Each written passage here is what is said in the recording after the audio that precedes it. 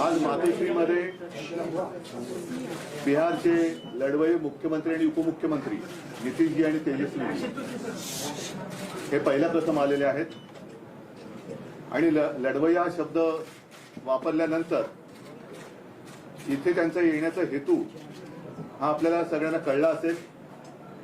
देशामध्ये एकूणच लोकशाहीची हत्या होते की काय असं चित्र दिसतंय आणि लोकशाही वाचवण्यासाठी सर्वच, नुसते मी विरोधी हा शब्द नाही वापरणार, तर विरोधी कोणाचे विरोधी, तर जे लोकशाहीची हत्या करू इच्छितात त्यांचे विरोधी असे सगळे देशप्रेमी पक्ष आणि जनता एकत्र करण्याचे जे आमचे प्रयत्न सुरू आहेत ते प्रयत्न आणखीन बळकट करण्यासाठी नितीशजी आणि तेजस्वीजी आणि त्यांच्या सोबत त्यांचे सगळे सहकारी आलेले आहेत, त्यांच्या सगळ्यांचं मी स्वागत करतोय।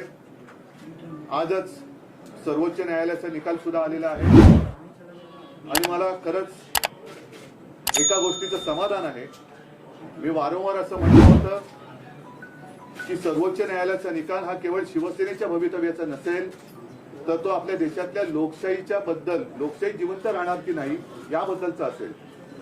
आणि माननीय सर्वोच्च न्यायालयाने आज जो निकाल दिलेला आहे त्याच्यामध्ये एकूणच सत्तेसाठी हपापलेल्या लोकांचं उघडं नागडं राजकारण हे त्यांनी त्याची पूर्णपणाने चिरफाड केलेली आहे। सगळ्यात महत्वाचं म्हणजे राज्यपाल महोदयांची जी भूमिका होती ती संशयास्पद, आता त्या संशयास्पद म्हणायला सुद्धा काही अर्थ राहिलेला नाही, ती सरळ सरळ अयोग्य होती आणि एकूणच राज्यपालांच्या भूमिकेचं सुद्धा वस्त्रहरण झालेलं आहे।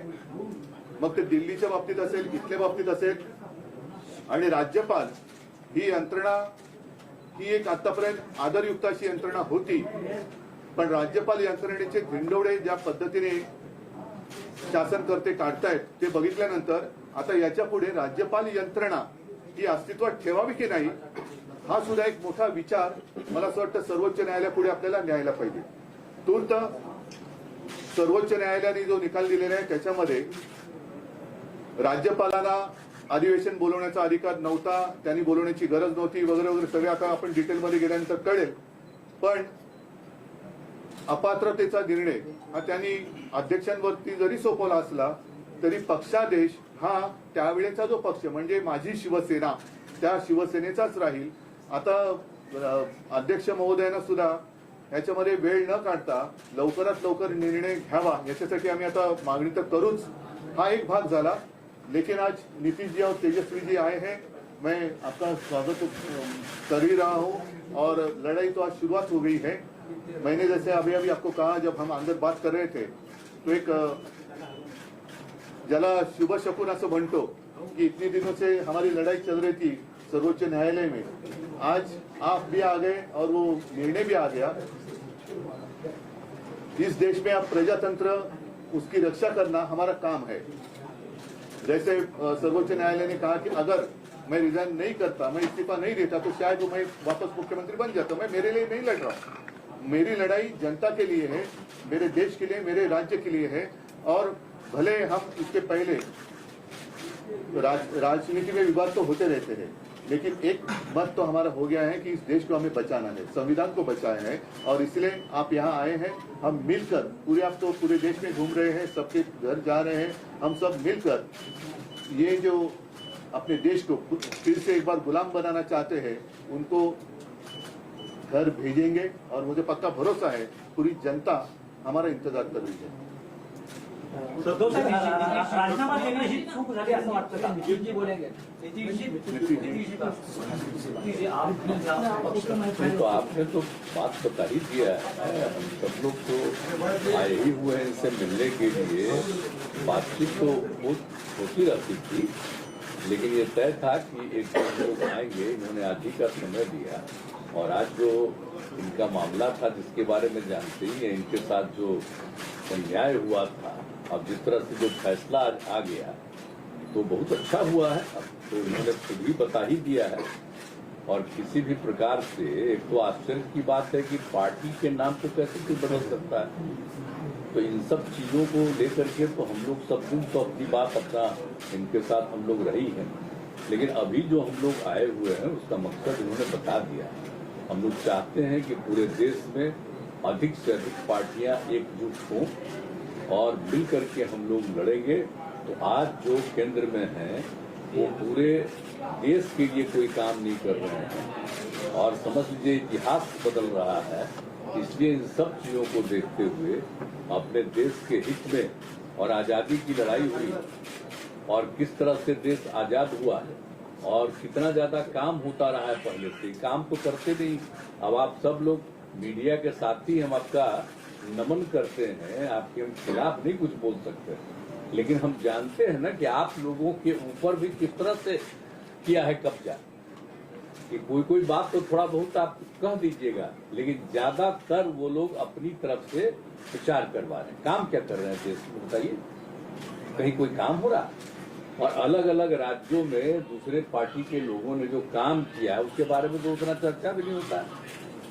तो इसीलिए देश के हित में जरूरी है कि भाई देश आगे बढ़े और आपस में किसी तरह का विवाद नहीं होना चाहिए। कोशिश क्या हो रही है?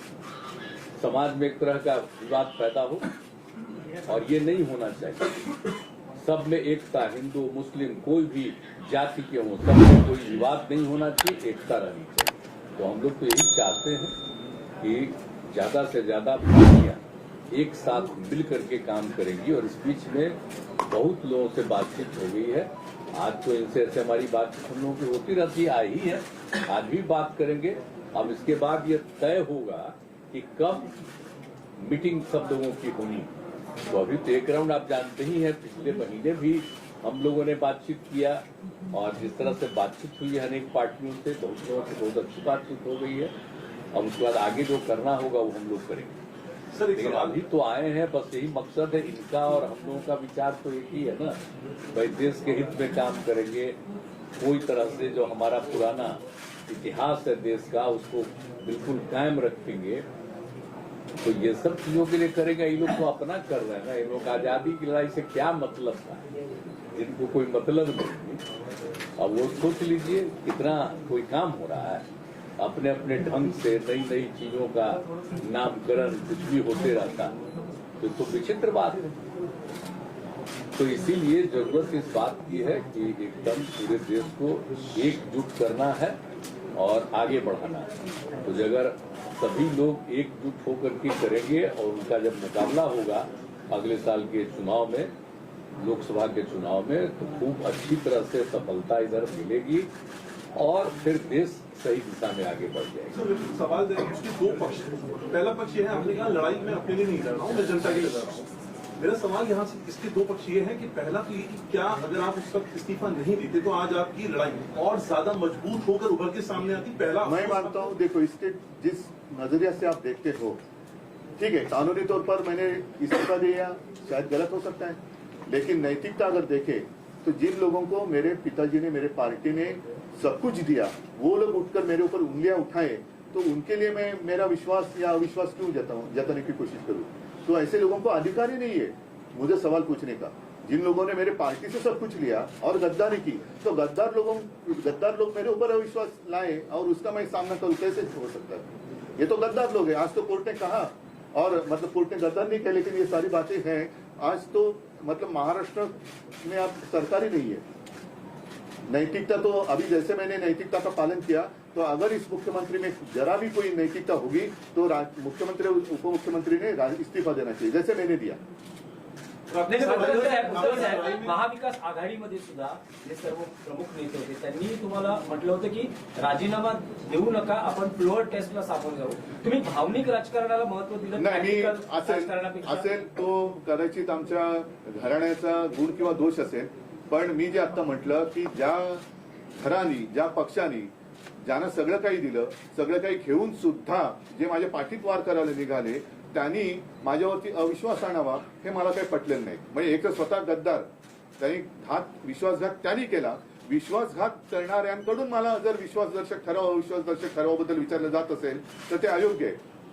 सर आपसे मला असं दो युवा वाटतं बैठे हैं, दो युवा यहाँ पर हैं, आदित्य हैं और तेजस्वी हैं. जिस लड़ाई की आप बात कर रहे हैं, जो मिलकर सामने आए हैं, इनमें इन दोनों का कितना अहम रोल और किस तरह से देखेंगे आप? अभी क्या रोल, अभी क्या वो सिनेमा या नाटक थोड़ी है कि रोल कैसे रहेगा, ये देखो ऐसा रोल रहेगा. ये रोल तो नीतीश जी, जब ये विपक्ष लोग यूनिटी के बाद आप इकट्ठा ला रहे हैं, विपक्ष का चेहरा कौन बनेगा? आपकी कुछ कोशिश ठीक है, चलो अभी तो हम इकट्ठा आ रहे हैं. सबको एकजुट करना चाहते हैं, लेकिन अपना कुछ नहीं करना चाहते हैं, ये जान लीजिए. हम तो सिर्फ चाहते हैं कि सब एकजुट हो, मिल करके सब लोग लड़े और हम लोग मिल करके पूरा का पूरा सिद्धांत बना के चले और देश को आगे बढ़ाएं. लेकिन कांग्रेस चेहरा कौन रहेगा? चेहरा कौन रहेगा? नीतीश जी, बिहार में वो नहीं बनना है और जो भी बनेंगे तो सब मिलके सबको आगे बढ़ाएं. बिहार में मीटिंग का डेट तय हुआ है. मीटिंग का डेट तय हुआ है बिहार में. आज भी तो होने दो. बिहार में मीटिंग का डेट बिहार में बताएंगे. उद्धव जी, उद्धव जी, उद्धव जी, उद्धव जी,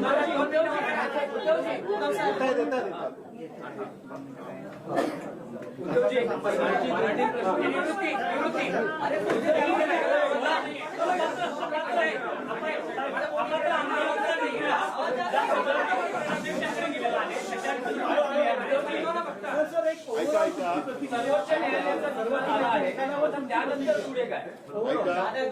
आता तुम्ही जो एक प्रश्न विचारला, सर्वोच्च न्यायालयाने जे काय मला समजलेलं आहे त्यानुसार सांगितलेलं असं आहे की सर्वोच्च न्यायालय याच्या बाबतीत निकाल देऊ शकतो कारण त्यांचा तो अधिकार आहे. परंतु त्यांनी त्या संस्थेचा एक आदर राखण्यासाठी हा निकाल किंवा हा निर्णय घेण्याचा अधिकार अध्यक्षांकडे जरी दिलेला असला तरी व्हीप पक्षादेश हा तो त्यावेळेला जो पक्ष होता म्हणजे माझी शिवसेना त्या पक्षाचा पक्षादेशच चालणार आहे. त्याच्यामुळे हा सगळ्यात महत्वाचा निर्णय सुप्रीम कोर्टाने दिलेला आहे. त्याचबरोबरीने निवडणूक आयोगावरती सुद्धा ताशेरे मारलेले आहेत, राज्यपालांवरती ताशेरे ओढलेले आहेत. एकूणच हे चापकाचे फटकारे जर जे तिकडे खुर्चीत बसलेले आहेत ते निर्डावलेले नसले तर त्यांना पुरेसे आहेत आणि त्यानुसार आता तरी त्यांनी सुधारण्याची आवश्यकता आहे. नाही, उद्धवजी, स्ट्रेट प्रश्न आहे की मुख्यमंत्र्यांनी, विद्यमान मुख्यमंत्र्यांनी राजीनामा द्यावा नैतिकतेच्या आधार अशी तुमची ठोस मागणी माझी आहे का? जसं मी तुम्हाला म्हटलं की मी एक नैतिकता मला असं वाटलं की ज्यानं सगळं काही देऊन सुद्धा हापापलेली लोक ही माझ्यावरती अविश्वास ठराव आणणार आणि त्यांच्या हापापलेपणाने मी पुरेसा पडू शकत नाही कारण आणखीन काय देणार. तर अशा लोकांनी माझ्यावरती अविश्वास ठराव दाखवणं हे मला मंजूर नव्हतंच, ते मंजूर नाही. मी कदापि ते मान्य करणार नाही म्हणून मी राजीनामा दिला. जसा मी एका क्षणाचाही विलंब न करता राजीनामा दिला तसं एवढा आता सर्वोच्च न्यायालयाने फटके दिल्यानंतर जर थोडी तरी नैतिकता मुख्यमंत्र्यांच्या आणि उपमुख्यमंत्र्यांच्या अंगी शिल्लक असेल तर त्यांनी जसा मी राजीनामा दिला तसा राजीनामा द्यावा आणि निवडणुकीला सामोरं जावं.